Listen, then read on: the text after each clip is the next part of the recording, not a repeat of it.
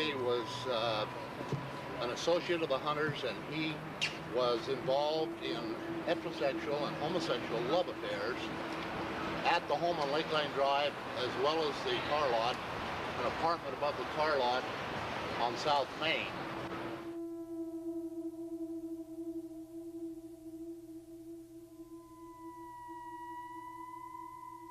There's a car lot at 8 South Main in Salt Lake City, owned by Alvin and Walter Hunter. This car lot was managed and run by a friend of mine. His name is Charles Van Dam.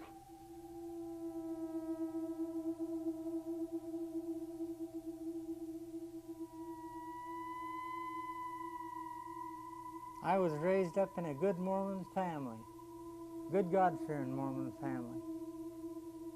And my grandfather was a judge in Utah.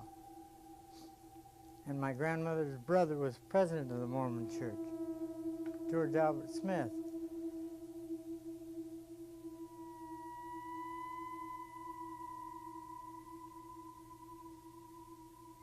Okay, I worked at the car lot.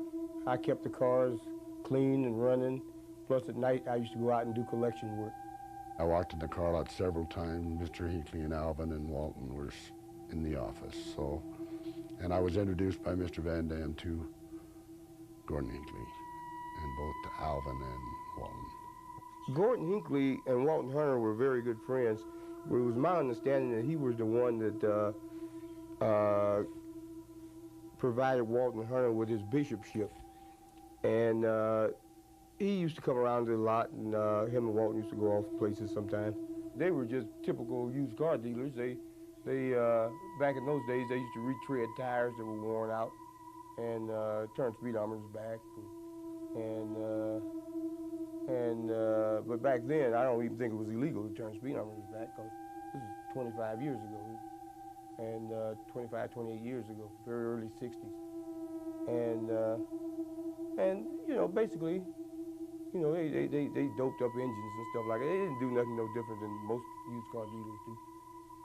These people, these Hunter fellows, were supposed to be good Mormons. I understood they were. But since then, I have a different opinion. They built an apartment above the car lot, which they held parties at. They had both men and women, and drinking and carrying on up there most all the time.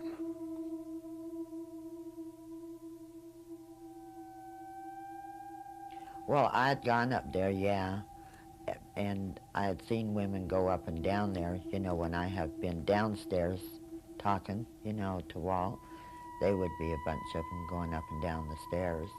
I mean, they were all different kinds. I mean, I've seen blacks, I've seen Spanish girls, I've seen white girls go up there,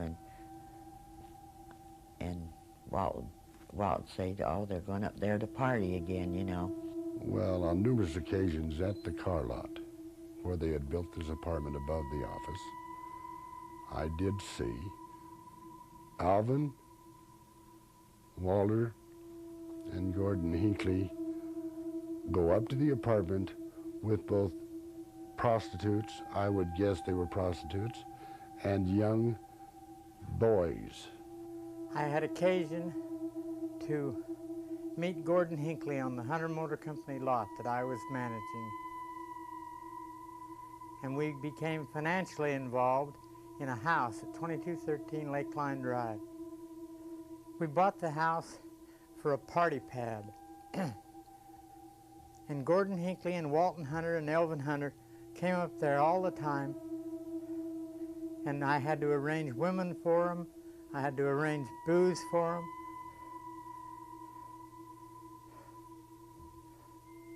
I had to arrange everything for them for the house. It was a party pad. Where we used to party up at Chuck's house on Lakeline Drive. It was really a nice house. It was a big place and had a lot of bedrooms, and I mean, it was really a nice house. I had 4 or 5 bedrooms, 3-story job, beautiful home. We used to go up there all the time. they said, well, let's go buy a house. We can get you the financing and we can get you the money and everything else. So they said, we want a fancy house now.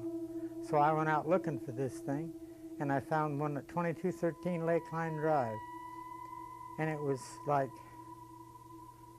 $175,000 back then, and that was a long time ago. So we bought the house, and I furnished it. It had 5 bedrooms. At that time, his home always had a bunch of people there.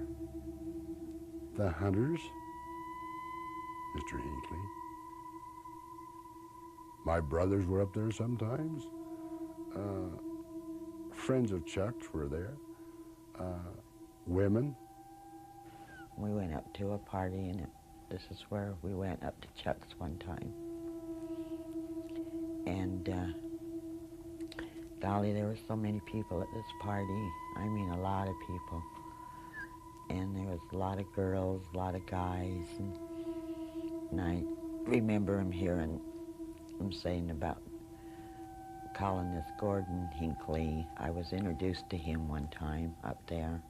But these parties were frequented all the time by the Hunters and Mr. Hinckley and some of the higher church officials. And they weren't there to play poker. I took a lot of girls to Chuck Van Dam's house, which was a very nice home in the Indian Hills neighborhood, which is on the side of the mountain on the east side of Salt Lake. And a lot of people that were supposed to be important people and supposed to be good church-going people and things like that. Some were bishops and counselors and various things that I actually seen going there or leaving there. Louis Sims was my black lot man. And he used to go to Denver with me and buy cars, and he was the one that used to go out on West 2nd South and get the whores for the parties. A lot of the girls that I have seen at these parties, they hired to go up. They were prostitutes. And a lot of them that went to the car lot were too. At the time, there was a lot of prostitution on 2nd South and between 3rd and 5th West.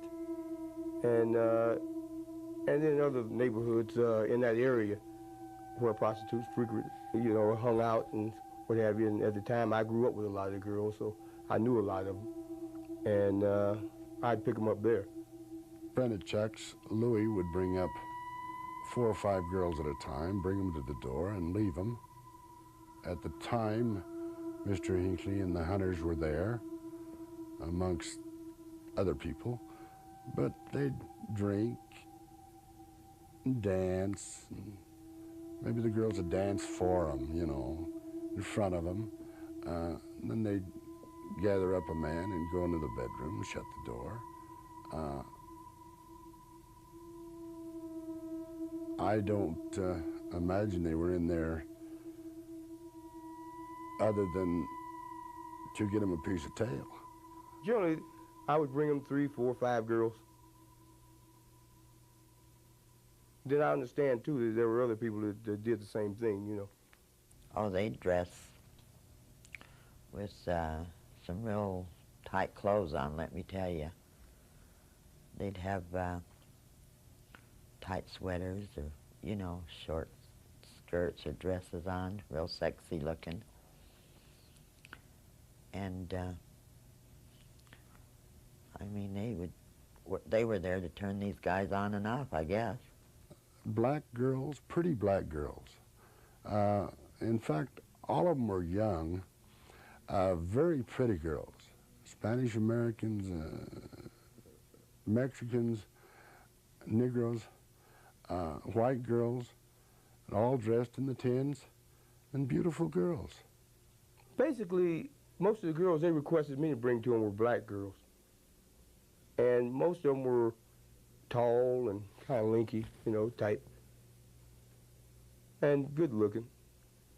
Everybody just drinking, having a good time. But a lot of women were up there. I mean, a lot of women.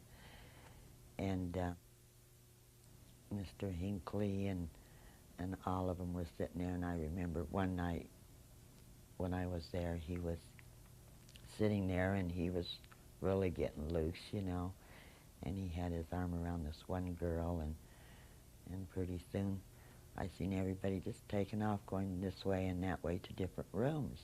Well, we'd drink, heavy drinking, and everybody'd get to kind of giggling and laughing like any normal party, a bunch of people together, everybody raising hell. Gordon Hinckley used to drink Boilermakers, beer with straight shots of booze in it, Wild Turkey or Old Turkey or something like that. Well, some of the girls would start like doing striptease out in there, you know, taking their clothes off and dancing around Hinckley, you know, and I mean, I just couldn't believe a lot that went on up there. When Hinckley was dancing with this one girl, she started taking, you know, her blouse off and unbuttoning his shirt, and he took his shirt off, and they start dancing together. And I mean, it was kind of a dirty dancing they were doing together, you know, rubbing themselves with each other. And she says, "Oh my God, you got your she says, you got your silk garments on." She says, "We're going to have to throw those off." And she'd say, "Oh, baby," you know, and this and that, and grab him, you know. One time she grabbed him right by the, oh, golly. And so there they go off to the room again, you know. It was every time they were off to the bedroom. After they go with one person, you know, like, say one of the guys take one girl in there, and then they come back out and they'd switch with another one and take her in there, you know. That's what was going on over there, see. And I know I was approached a few times if I wanted to go, and I'd say no. These parties are something else. And these people that are supposed to be good LDS, the Hunters were, and so was Mr. Hinckley, supposedly. And my feeling on that is, how can you condemn somebody for doing a lot less than you're doing when you're trying to follow the religion? One night at one of the parties that I had gone to, Mr. Hinckley was there, and I was sitting next by him, and we were talking, and he asked me if I would like to go into one of the bedrooms with him, and I told him, no, thank you. I was personally involved with the Apostle Gordon Hinckley sexually. I didn't know, but I found out later that Mr. Van Dam was a AC/DC. In other words, he liked boys and he liked women. He wasn't one of these what you'd call a wham-bam, thank you, ma'am type. In other words, he wanted to drag it out and enjoy it. Then when he was through with you, he dismissed you and you were gone right then.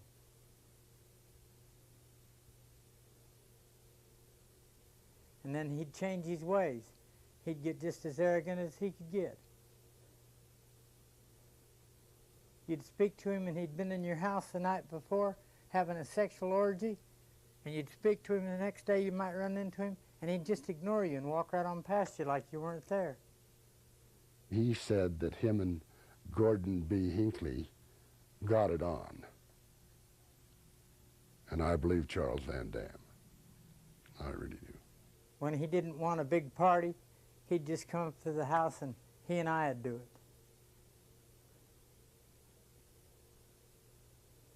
And I knew him business-wise, and I knew him sexually wise, or sexual, I don't know how to say what I want to say.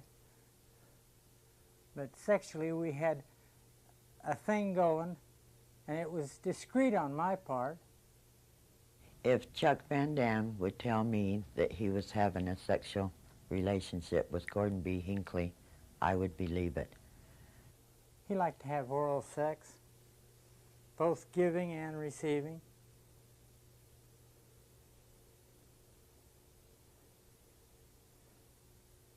and he liked to have anal intercourse with certain feminine-looking boys. Youngsters. I'm talking about 15, 16 years old. Just little youngsters, babies. Well, there was a couple of young boys at a party one night when I was there. And I'd say they were around 15 or 16 that I seen them talking with Hinckley, and they went off to a bedroom together. Hinckley and the boys, the two boys, in fact, went off to the bedroom together. And they were in there for quite a while. Chuck invited me to his house, so we went up there. Got out of the car, shut the doors, and walked in the house. Wasn't a soul in sight. But the bedroom doors were all locked. He was going up the stairs, and as he'd go up a flight, his head would get redder, and his cheeks were flesh white. God, he was mad. And all of a sudden, he come down those stairs. Somebody evidently was in the master bedroom. And he slammed the door and come out of that house, down those stairs, picked up the coffee table, and this home had from floor to ceiling windows. Pitched the coffee table out. The second story window.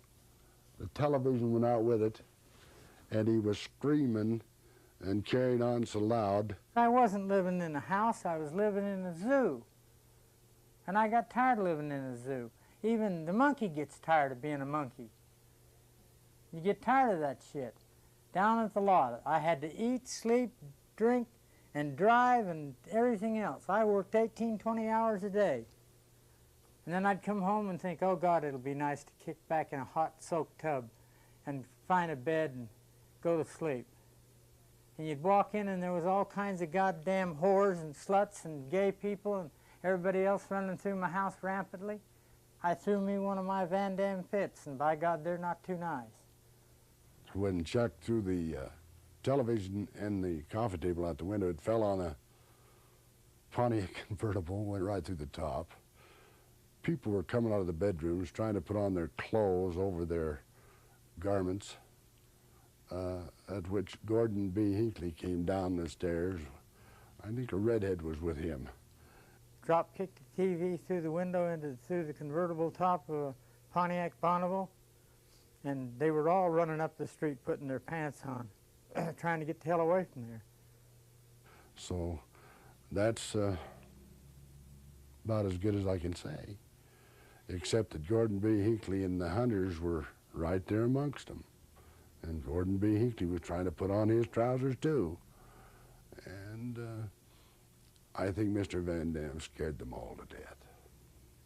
Well, I knew Hinckley was high in the LDS church, you know, and I know Hunter was high in the church too, you know, in the Mormon church. And I just couldn't believe Hinckley, you know, when I seen it with my own eyes, you know, these LDS people, especially Hinckley, I mean, drinking and carrying on like he was doing. I had heard about these LDS people, but when I seen him, Mr. Hinckley, it really shocked me to see what Mr. Hinckley could do. But I'm sure Mr. Van Damme will tell you about the same thing, about what went on in his home and above the car lot. And these things are fact. They're not put up. They're not fiction. I moved to Denver and I opened up a couple of bars, and they were gay bars. And when I got rolling pretty good, all of a sudden they wanted someplace to launder some money from Zions First National Bank. And so they started sending some people over with large cashier's checks drawn on the Zions First National Bank. And I would launder them, and they would pay me 10%. There was a time when he was in Colorado, he owned 2 gay bars, and that they had taken some cashier's checks from the Zion Bank here in Salt Lake City to Denver, and Charles took them into his bank and cashed them. 75,000 bucks at a whack. And I'd go down to the bank and cash the damn thing and stand around there. The FBI had pictures of me cashing the checks, and they had pictures of my Cadillac down in the basement of the bank and everything else. And I'd send the cash back to Utah with these people. And I'd keep 10%. They were checks from the Zion Bank, and the LDS people own the Zion Bank. They put up the seed money, and they take it back under the table. One things that you've got to remember is that the Mormon Church finances business. They're not there to worship God or anything else. They're there to make money and have sex. I know that the story is true through 8 months of investigation.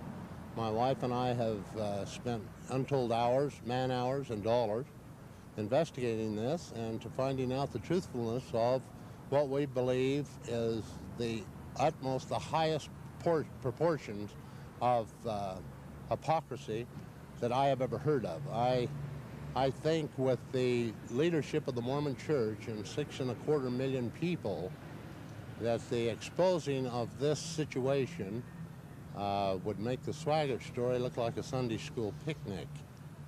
I think that should be known for the benefit of all LDS people and all church members. He had used me sexually, myself personally, and then excommunicated me on the homosexuality. And he's the one that's excommunicating me, and yet I've had sexual parties with him personally. One of the greatest sins that was in the Bible was about hypocrisy. There are many, many scriptures. It's a sin that God detests. And the reason I'm here is because there's a cover-up going on. People in high levels, namely Gordon Hinckley, who is leading a church based on the fact that it's the only church, true church in the world, and he is a hypocrite. He's leading a lifestyle that's immoral. We just believe that if Gordon B. Hinckley is professing that you should be morally clean so you can sit in judgment upon others, that he should be judged by the same standards he's trying to use. They live a double standard. Their leaders are saying one thing and living another lifestyle. They excommunicate bisexuals in the mainline LDS church. Why are the leaders getting away with it? We want to see this exposed because the Bible says that there's nothing hidden that won't be revealed.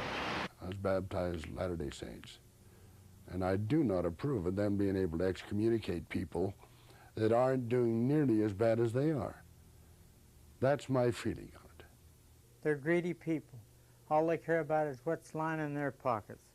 And that's the way Gordon Hinckley is too. He thinks he can hide behind the church, and he can't hide because they're so disgusting. The whole Mormon religion is just a damn disgusting mess. It's a cult. It's called first your money and then your clothes, and in that order. And if, as long as you go along with the hierarchy of the church and you do what they want you to do, they'll see to it that you make enough money to live and live halfway decent. And if you'll take the ball and do things extracurricular for them, they'll pay you under the table.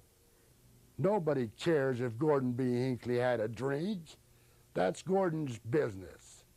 Nobody cared if the hunters had a drink. But you can't put down other people because you're in a high position in the church and you're given all this power and you're excommunicating for something you do twice as bad. I have heard, you know, about how they would party and go with other women and this and that, you know, some of them. But then when you see it with your own eyes, you know what they really do, especially high officials like Mr. Hinckley. I says, I can't believe this. Tonight I'm being excommunicated here at the Oak Hills First Ward for telling a story of truth about one of the high-ranking members of the LDS Church, namely Gordon B. Hinckley. I was encouraged by my Mormon friends as into the stake presidency into the bishopric to pursue the story of truth. I could say this, that when somebody starts mouthing off about the church and they tell somebody else that might spread it or hurt the church detrimentally, all of a sudden they disappear or they quieten up. There is nothing within the doctrinal procedures of the church that allows any one member the opportunity to bring an accusation against any of the presidency of the church. But I think that the public should be knowledgeable of what the Mormon Church actually does and is, because they wreck lives. And that's why I'm coming out with this, because somewhere along the line, these people are going to realize that I'm telling the truth. And I'll bet you money that when this story hits the air or hits the news media or something, there's going to be hell to pay.